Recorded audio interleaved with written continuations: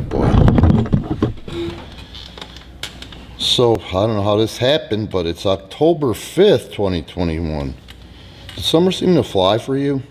Yeah, this whole year seemed to fly. Huh. In its entirety. Well, it's been a while. How long have you been on the wagon? On the wagon? Yeah. Since the 1st of January. Fucking A, you're coming up on a year, you goofy son of a bitch. Yep, on the wagon. It's great. Speaking of that, so what I want to do first, because I'm tired of trying to get it done, is go ahead and do the first 10 to 12 minutes of this podcast for YouTube alone. All right. And I'm trying to look at the popular topics, because that's what we'll try to do usually within that first 10 to 12 minutes, is talk about what everybody else is talking about to try to separate fact from fiction, you know? Maybe explain reasons like why Jim Cornette has the strong opinions that he does. So, since that's not being, nothing's really prominent, like all the podcasts in the world wanted to talk. Is Jim Cornette prominent right now? Jim's always prominent. He's got huge, he was a pioneer with the podcast. Do you have more cigarettes? In the car I do. Jim's podcast is really popular even still. And I think it's a Howard Stern type scenario where smarks listen to him because they hate him. Sure, yeah. You know, but whatever, it doesn't matter. Jim's a heel manager, man, and he's still doing it, and I love when he gets to work people that think they're unworkable, you know. So, Jim, the first time I met him was... Yeah, where was the first time you met Cornette? I was making hot monkey love to a gal named Cindy who had a brunch at her parents' home in Riverwoods, Illinois. Have you ever been to Riverwoods? No, where's Riverwoods? Fuck, dude, you wouldn't believe the money they have in that fucking town. Really? Yeah. And I met Jim there, and his, I don't know who the hell was with them. I think it might have just been Jim. And then there was Jerry Lynn, you know. Why was Jim there? I don't know. He's in the area for something. Maybe working for WCW or probably. What year was this? I don't know. I don't know. After I'd been to the territories, I'd say 1990. Oh, okay. 1990, I'd say. Does that make sense? Yeah. He was still on their TV. He would have probably been just opening. He would have been in Smoky Mountain in 1990. He would have been already opening that. Okay. Or no, wait a minute. If that's the case, then I don't know why the hell he was in town. Let me think. That's not true, because rock and roll feuded with beautiful Bobby and Sweet Stan into the 90s. That was like right when he left WCW and was about to open Smoky Mountain. Because I think he opened Smoky Mountain in 91. Okay. That sounds about right then. So maybe he was in town for a house show, because it seems to me it was a Sunday. And I got along good with Jim, you know, on a personal level. And I think that he was a little bit jacked and surprised that somebody from the Chicago area not only went down to Memphis territory, but stayed. Yeah. You know, so that says something about you, you know. I don't care what anyone says, 88, 89, maybe even 90, there was still a lot of heat between North and South. I'd overcome that stuff first and get over personally before I could get over as a worker down there to stay, you know, and to be considered one of theirs, you know. But, so anyway, I don't know. I'm trying to think of the year that Linda McMahon came out and said wrestling was fake, and today's fan or internet fan doesn't understand. There was still 30% of the people in the United States that thought it was fucking real, that thought wrestling was real. Then probably 20 and change that went along with that because it was too fun to, they didn't want to ruin it for themselves. They still enjoyed it. They didn't dissect it. And then fans still came because of the fact that, well, I don't care if it's real or fake. Wow, they really tell a story out there. It's entertaining, you know. So what I'm trying to get at is, you see everybody, and it's funny because I see Jim talking about some AEW talent and AEW guys that I don't think he particularly sees anything in, you know, but because they're on the forefront and his listeners, subscribers want to hear it, he'll talk about them, you know. But the points I'm trying to get at is this, you know, oh, the curtain's lifted, they don't buy this anymore. It's not that they don't buy it anymore. It's that people don't know how to do it anymore. They always blame it on, oh, the jig's up. You know what I mean? That's which is just such a horseshit excuse, because look at the stock value for World Wrestling Entertainment. There's your gauge. Look at what your networks pay for pro wrestling. You know what I mean? Yeah. So the litmus test, Vince. I was thinking today, if Vince McMahon died, this whole industry all over the world would be damaged, like severely. It might even be the end. Yeah. You know? And the reason I say this is because there are people that don't have a clue. You know? They don't know how to wrestle, first of all. You know, the thing is, oh, everybody's matches are 8-minute matches, because that's what people want to see, is 8-minute matches. Well, if you showed them how to do 20 and make it compelling, they'd want to see 20. Yeah. You understand? You know, tag team wrestling. You know, oh my God. Tell me one decent tag team that knew how to work. London and Kendrick, I didn't watch a lot. I knew who they were. Did they know how to work? Oh, absolutely, yeah. How long was their run when you worked with them at WWE? I don't know, a few years, couple of years. Couple years. Did they draw money? That's hard to tell. I mean, it's hard to say in WWE unless you're a mega star, because they just push the brand. It's hard. I mean, it's just, I was, if the information was there, I wasn't privy to it. So the bottom line is, where on the card were the tag team matches? The tag team title matches? It varied. Sometimes it would go on second or third, and then sometimes after intermission. But it was never main or semi-main. No. So there you go. The focus was Right, yeah. Yeah. No, they weren't main eventing unless it was maybe a 6-man with maybe the champions. Yeah. Now, I'm going to say that Spanky and Kendrick were, from what I've seen, from what I've heard from you, you know, really good hands and a good team. Oh, yeah. But they didn't have what Shawn and Marty had. They didn't have what Ricky and Robert had. Right.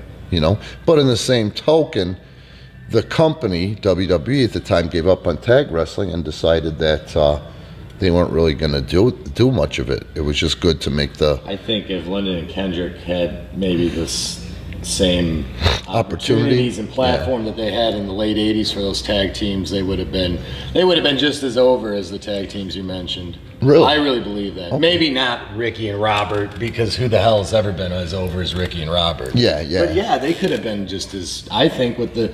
I mean, you got to realize the guys that Shawn and Marty were working with too at the time. I mean, top heels. Really good workers. I think if you put London and Kendrick, they could do just as much as Marty and Shawn, probably more.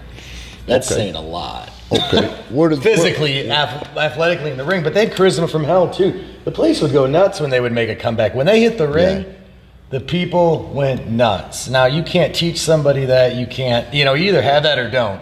You don't. When you come to the ring, that's the it factor. So you're going to go ahead and you can't teach somebody to do that. You know what I'm saying? Yeah. You can't teach a talent. They either, scream for you when you come down there, or they don't. Okay. So on the podcast, let's not blow your Kendrick London nut just yet. We'll get to that later. But the point you're saying is, in addition to their size, what they had working against them was tag team wrestling wasn't the in thing. WWE, they didn't really focus on it. They were great undercard workers. Yeah, they really haven't since. I mean, they're always going to have a tag team champion, and they start to get over. But I mean, they really haven't had a strong division since they gave up the on late '80s, early '90s. It's been said publicly by Vince himself within the last decade that people don't buy tag team wrestling anymore. Mm-hmm. That's an example of what I'm saying. They'd buy it if you gave it to them. Oh, they do? Yeah, that's the easiest story to tell. Tag team wrestling is let's the most not exciting. shoot the wad. Yeah, exactly. Go ahead. Talk to it from a fan standpoint, because I don't want... If it's done right, tag wrestling can be more exciting than a lot of singles matches. Definitely. If it's done right. Yep. Now, when I had NAWF and we were on television on the UPN market in Madison to Rockford, Madison, Wisconsin, most of my stuff was built around tag wrestling. Yeah. And after 1 year, I mean, during that year, I gave up promoting anything else except for the television, and it sustained itself, which is proof positive there, you know. I had the Harris Boys, who were the tag team champions in Jefferson, Wisconsin, which is a little bit more of a stone's throw from Rockford, right, wouldn't you say? Jefferson, yeah, that's a little ways out. Yeah, a little bit more than a stone's throw. It's less than an hour, right? It's probably Anyway. about an hour, 45 minutes, yeah. So Nitro had huge ratings at the time, and they had just done a Nitro on Monday, and they stayed over to work for me in a weird night, Tuesday night in Jefferson, Wisconsin, and we drew 450 people paid, you know, with the WCW tag champs there, you know, and they had the WCW tag belts on my show, you know, in my town. But that's when I started to notice certain things. And Ronnie and Donnie are great fucking guys, you know. I was able to use them while they were on on Nitro and Thunder, because that's when I was supposed to be getting my developmental deal with WCW, you know.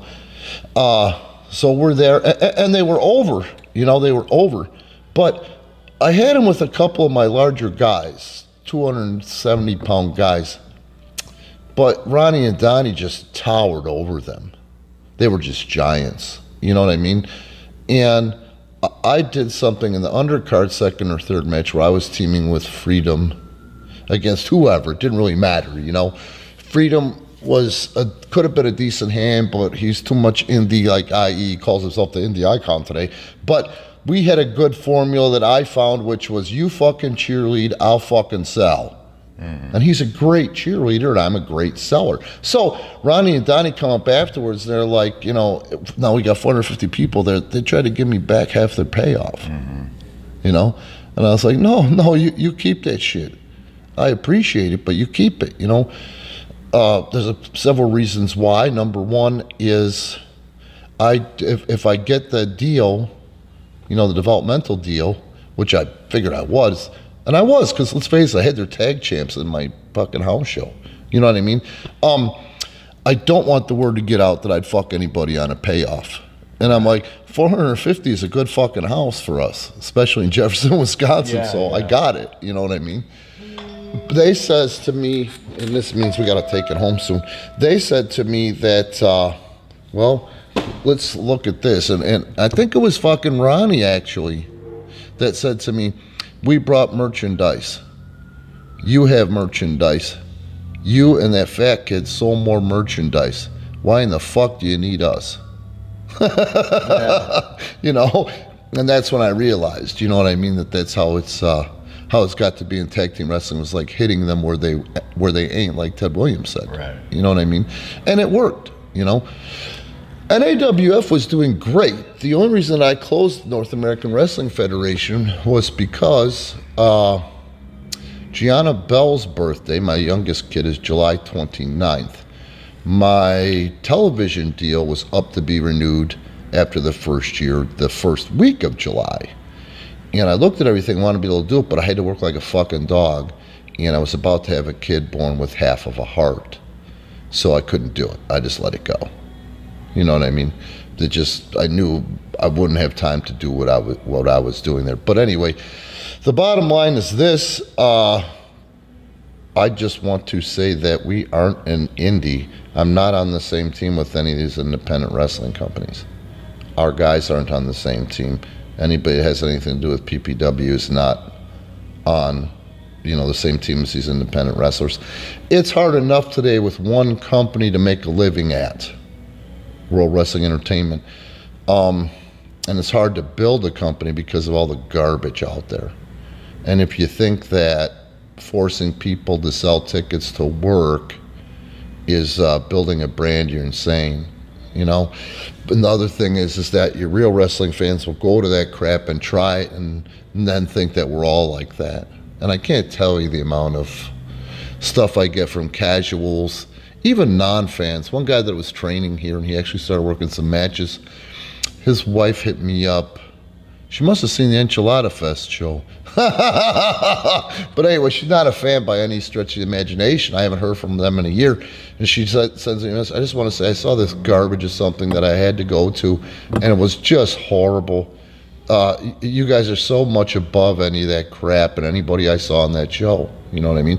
And the funny part about it is a couple of guys that left here with their aspirations of being indie stars were there, and she didn't even recognize them in that setting. Oh, really? Yeah. So let's go ahead and close this for now. Subscribe to our Patreon. Help patronize us through our Patreon.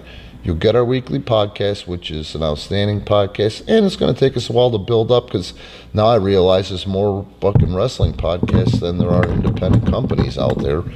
And you get weekly content on Patreon, wrestling matches, wrestling cards, which no one else is offering that on Patreon, weekly with storylines.